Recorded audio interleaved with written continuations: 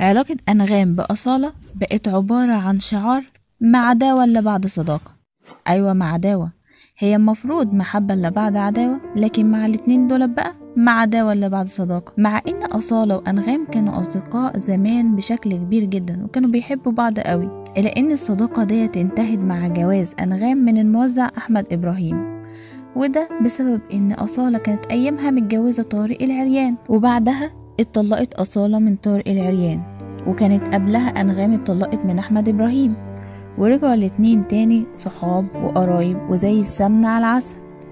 بس يا عيني عينه صابتهم، ورجعت الاختلافات تاني ما بينهم تظهر، وظهر ده بشكل كبير في حفلة جوي أووردز ساعة ما كانت أنغام بتستلم الجايزة بتاعتها في الحفل كأفضل مغنية عربية،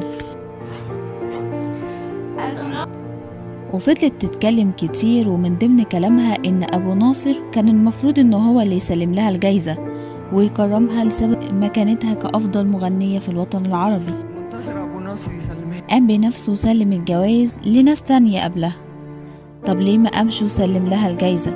وبعدها اتكرمت أصالة عن موسيقى أغنية شكرا، وفضلت تتكلم أصالة عن السعودية وجمايل السعودية عليها، ونسيت بلادها ونسيت البلد اللي عملتها أساسا.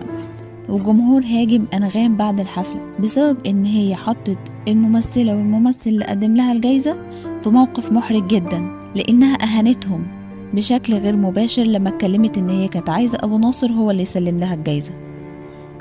فأصالة تسكت؟ لا والله ما تسكت، تعلق على اللي حصل دوت وتتضامن مع الممثلة والممثل اللي كانوا موجودين، وتهاجم بشكل غير مباشر أنغام. ومن الواضح كده إن فعلا العداوة بدأت تظهر بشكل واضح قدام الجماهير. عشان كده بنقولك خد بالك من أصدقائك بشكل كبير، وخد بالك كمان وانت بتختار أصدقائك عشان ما يتحولوش من أصدقاء لأعداء.